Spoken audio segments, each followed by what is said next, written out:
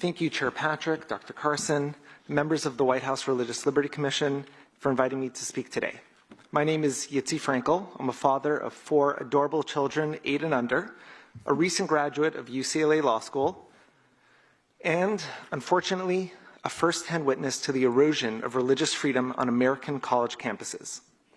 As an Orthodox Jew and descendant of Holocaust survivors, my faith isn't just a part of my life. It's the core of who I am. I wear a kippah, keep kosher, observe Shabbos, and pray daily. These practices sustained me through law school, and it is my faith that made me a target when anti-Semitism surged at UCLA after October 7th, 2023. In the wake of Hamas's brutal attacks, UCLA's campus became a breeding ground for hatred. Activists chanted genocidal slogans like "From the River to the Sea" and "Intifada Revolution."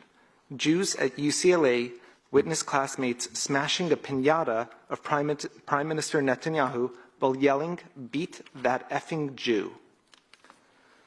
But the worst came in spring 2024, when activists set up an encampment on Royce Quad, the heart of campus, and created a Jew exclusion zone.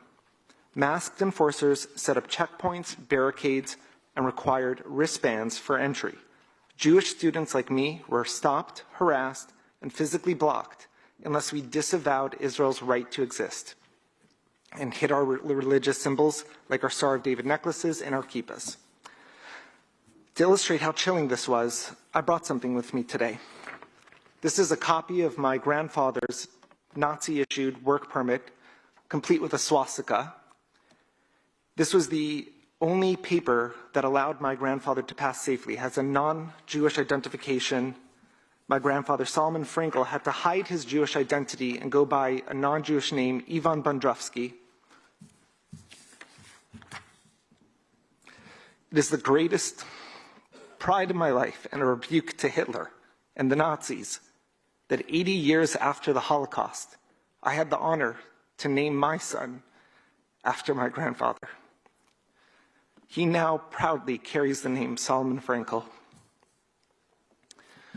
These same 80 years later, on an American college campus, I was shocked that I was expected to wear an activist-approved wristband and disavow my Jewish faith, just to access public spaces.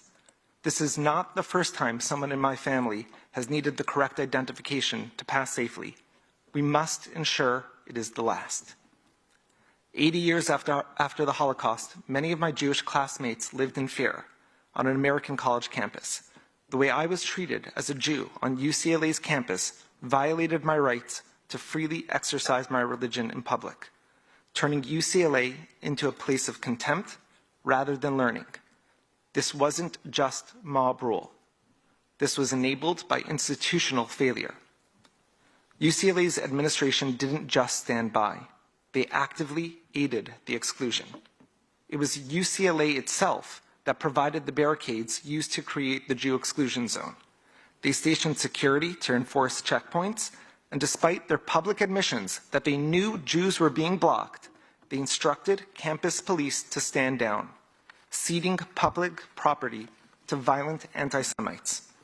Even UCLA's own task force to combat anti-Semitism condemned all of this as structural anti-Semitism and a violation of the First Amendment.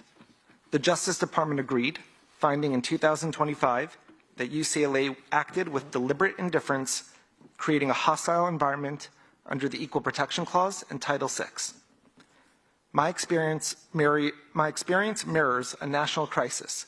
Similar discrimination and harassment happened at Columbia, Harvard, Northwestern, and beyond, where anti-Semitism masquerades as political protest but targets religious identity. Post-October 7th, Jewish students nationwide have faced isolation, threats, and chilled expression of faith. Wearing a kippah or attending a Shabbos service has become a risk. That's why, with the help of brilliant attorneys at the Beckett Fund for Religious Liberty, Clement and Murphy, and Davis Polk, I sued UCLA alongside 2 other students and a professor. We brought numerous claims, including under the First Amendment Free Exercise Clause and the KKK Act. We argued that UCLA illegally excluded Jews from their own campus by kowtowing to the activists and their anti-Semitic acts. In August 2024, Judge Mark Scarzi issued an injunction. He faulted UCLA for continuing to open its campus to other students, even as the university well knew that Jews like myself were being illegally blocked. He rightly called their mistreatment of Jews on UCLA's campus unimaginable and abhorrent. Unbelievably, UCLA initially appealed this ruling. They eventually dropped their appeal, and still they fought for a year and finally surrendered in July 2025. The settlement included a federal court order barring exclusion of Jewish students and faculty, plus $6.13 million, symbolizing the 613 commandments in the Torah. That sum included donations to worthy Jewish organizations like Chabad at UCLA, the Jewish Graduate Organization, and the Orthodox Union Jewish Learning Initiative on campus. This outcome wasn't just a personal victory. It exposed lessons for the nation. Litigation can hold failing institutions accountable, but it cannot be the only tool. UCLA's penalties, including frozen grants and proposed fines, show that accountability matters. Yet some critics, even from Jewish organizations, call these punitive. I disagree. Without consequences, universities will continue facilitating anti-Semitic hate. My case proves that swift enforcement protects religious liberty, but gaps remain. Looking forward, I urge this commission to recommend policies that safeguard religious minorities like Jewish students.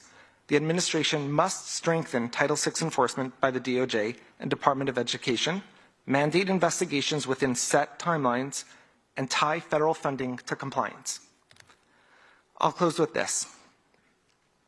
Several days after October 7th, when UCLA's chancellor issued a weak statement that failed to unequivocally support Jewish students or condemn the celebrations of Jewish death sweeping campuses, I wrote to him directly. I quoted the Book of Esther. In it, Mordecai gives Queen Esther a dire warning. Do not imagine that you, of all Jews, will escape. If you keep silent in this crisis, relief and deliverance will come to the Jews from another quarter. And who knows, perhaps you have attained this royal position for just such a crisis.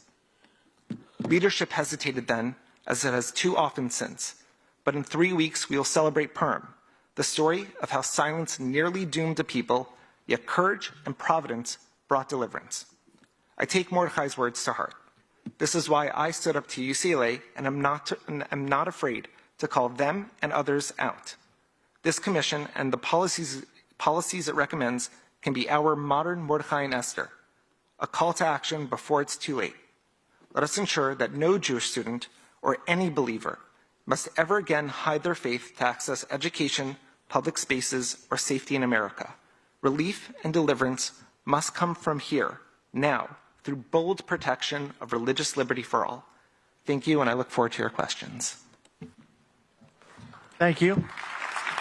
Members, as